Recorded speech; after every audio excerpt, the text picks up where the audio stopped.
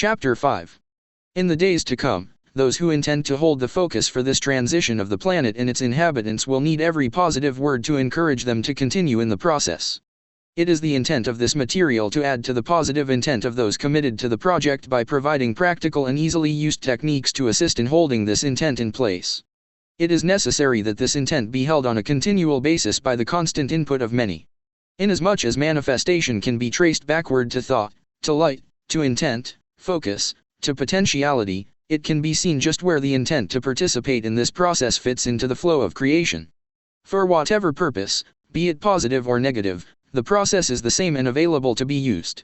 It is the ease of the flow that makes the difference, for as the previous material has revealed, when the intent, focus resonates with the higher creational intent, manifestation results more easily.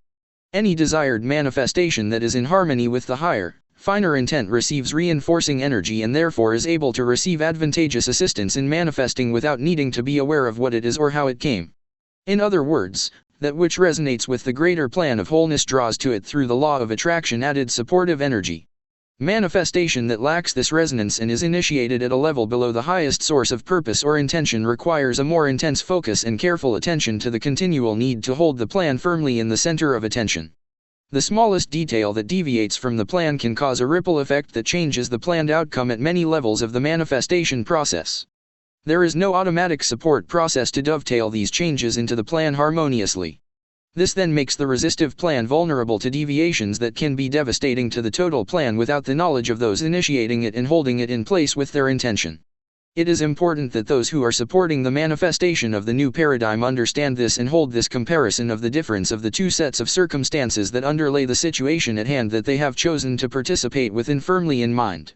It is entirely possible that by being familiar with as many of the details of the opposition's plans, discouraging and demoralizing as they appear to be, when deviations do occur in it, it is possible to sense the panic and frantic activity that goes on as attempts are made to counteract the effects the deviation may have wrought. Those are then occupied in making changes in the details of the overall plan to compensate for the effects that naturally ripple through the entire situation. This then opens the possibility of being able to add to the effects to further complicate the recovery they are trying to accomplish. Thus we offer two tools for holding the focus for the new paradigm firmly in place. The first being the understanding of the overriding higher purpose of the creational flow, bringing with it intelligent coordination of energies that resonate with the higher purpose. The second using the greatest possible understanding of their plan as the basis of observing their process and finding moments and opportunities to add to their complications in maintaining their focus. Simply focusing attention on their dilemmas can place great stress on their ability to correct the flow of intentional energy, for that which is contrary to the light must be done in secrecy and darkness. Knowledge is thought which flows from the light of understanding. This then points out the need to know as much as possible about the plans of the dark intention for the enslavement of this planet. It points out the importance of the work that has been done by those committed to investigating, observing, drawing obvious conclusions and then sharing with any and all who will listen and read about what constitutes the dark plans. Those who have committed their life focus to exposing this plan serve their fellow human beings and this planet well. This information is critical to the transition through this process that must be made by the planet and its inhabitants. It must not be the focus, but must be the background upon which the new paradigm will begin its building process out of the chaos that the dark plan will cause. Thus in its own way, looking at the bigger picture, the situation instigated by the dark forces will in the long run serve that portion of humanity and the planet that choose to take advantage of the opportunity offered as a boost on their path of evolvement. Chapter 6. The rapidity of the coming events into manifestation has been allowed in that the chaos will serve the birth of change. Though those of you who dread its onset, knowing the additional suffering that will be endured by the many you consider the pawns of innocence is understood, yet indeed are they innocent? The same opportunities that have been afforded you, though they may have been clothed in different appearances, have been offered to all. It is the few that have opened their conscious thought to the possibilities and the probabilities that now find themselves in awareness of what the true picture is that faces the planet and its inhabitants. This group must also understand that the dilemma will be solved in what is called divine order. This process moves in a holographic, nonlinear process that accomplishes its purpose within chaos much more rapidly than within what is perceived as order. What appears as order now is indeed the rigid confines of institutions of experience that are out of balance within the galactic matrix of progress toward expansive progress or evolvement. Those who serve the focus of intention to bring this planet back into the flow of progress within the overall matrix must bring the center of their attention to this intent. At the moment, it is possible to visualize this planet as poised within a backflow or eddy that is out of the movement of this ever-present flow. Only through the focused intent of this special group can it be drawn back to its position within that flow. Visualization in unison or agreement is the most powerful tool available. It is through the handbook of the new paradigm, Embracing the Rainbow, and this book to the known few who are at this time actively focusing their thought energy to this purpose, that this agreement in active corrective movement can be made known. Though the group doing this seems pitifully small, it is extremely effective. Those involved in this activity are not entities of small experience or ability. This is not the first time any of these has served the forces that organize in times of imbalance that brings opportunity for leaps forward in expression and expansion for this or other galaxies. This is not meant to feed the ego, but that each may begin to recognize that there is great power within their commitments. The time willingly spent in individual and collective focus on the desire and intent to literally focus this planet through this difficult process of evolvement is well worth the effort involved.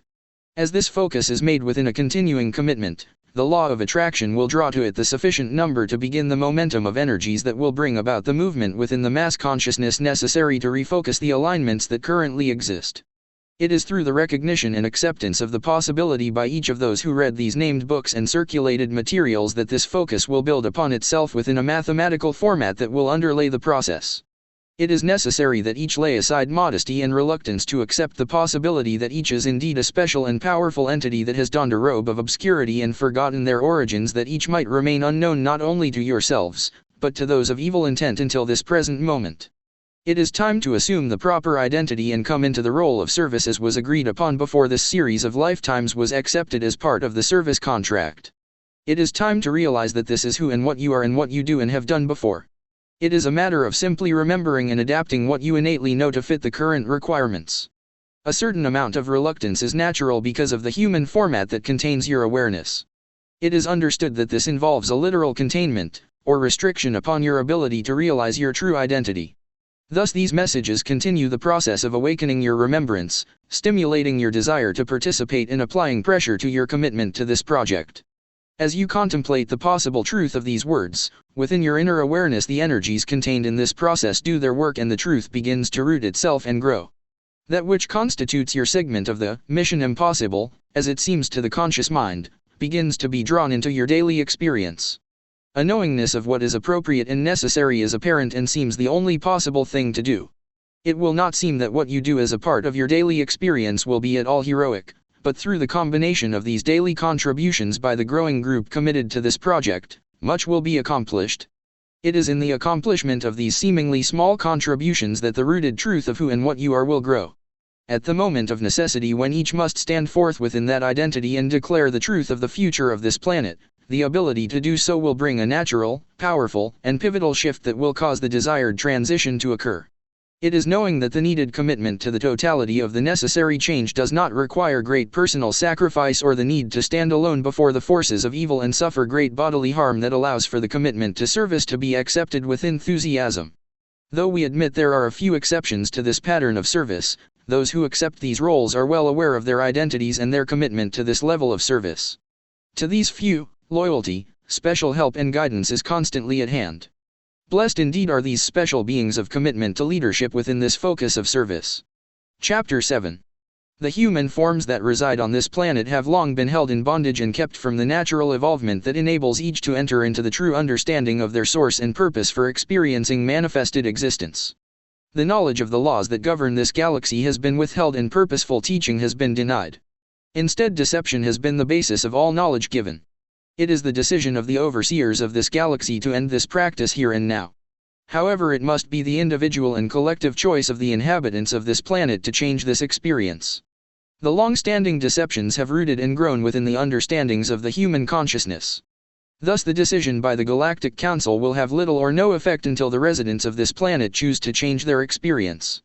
However, the ability to make the change once accepted and decided upon by Earth's human residents will flow easily and irrevocably once the sufficient percentage of those desiring change has been reached. What exactly the Galactic Council will decide to do to assist this is now the question. It means that those who are misusing the laws that underlay manifested existence no longer have the same degree of energy input to support their activities as they have had at their disposal. There will be a waning or lessening of this supportive energy. This will bring about an unraveling of their overall plan. Those carefully planned strategies will begin to have unexpected results that will cause unexpected ripple effects that do not bring about either the expected results or the degree of expected results in order to accomplish the anticipated goal. The plan is known to those awake and aware humans as the plan. It is their anticipated and embroidered plan. It is not necessarily what that plan is in reality. It is important that the difference be understood clearly. The actuality of the plan is skeletal indeed. It is open to many variations and has many weaknesses that are unknown to them. It is in the best interest of those who desire a change in the opportunities and experiences that are available to the beleaguered members of humanity to know that their intentions to change the momentum and outcome of this carefully laid plan of enslavement are the arrows of destruction to that plan. It is the intention to withdraw support of, belief in, and participation within the plan that will cause it to collapse of its own weight. Within the outflow of creative expansive energies, the directional flow is based on intentional purpose. The plan of enslavement is based on the intention to destroy and enslave large portions of humanity as a method of solving a problem that was caused by those who have controlled this planet and its inhabitants. This situation was brought about by the controller's own decisions regarding the use of the planet and its inhabitants in the very beginning. This has been further complicated by the addition of various groups of humanity from various other places in the galaxy being added to the citizenry against their will. There does then exist a complex citizenry that brings to the mix an interesting dilemma for those who desire to control the planet. There is a direct opposition of intentions, those of slavery and those of freedom. If it were not for the added citizenry, the plan of enslavement would have been accomplished long ago. Those that were in the beginning literally engineered for the purpose of serving were left devoid of many human characteristics for that intentional purpose of enslavement. However, the genetic addition of the added citizenry has now spread throughout the planetary bloodlines. Though there are still pockets of pure genetic variations within the whole, there exist a large percentage of genetic combinations that confuse the understandings of those who plan to control the citizens. Unexpected actions and reactions continue to upset the carefully laid plans. It is, therefore, important that those who intend for this situation to play out differently than the planned scenario understand that their intention to create a different ending to the current flow of events has the ability to accomplish this.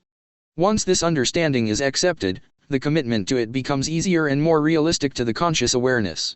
It is much like the laser sword of your popular movie. That intention, which is in harmony with the galactic intention for evolvement through free will choice of experience, then becomes a powerful tool of change in the hands of those who understand its usefulness and learn to wield it in a timely fashion and at moments of greatest effect. Through the knowledge and understanding of the intentions of the opposing force, this understanding can be used to great effect for the purpose of freeing this planet from its heretofore use as a source of minerals and as a dumping grounds for human misfits. It is through the realignment of genetic combinations that evolvement to more complex levels has occurred for a percentage of inhabitants. This percentage now brings forward the necessary quotient to allow for the transition of this planet into galactic citizenship, when these can be awakened and bound together by intention to take advantage of this opportunity. End chapter 7.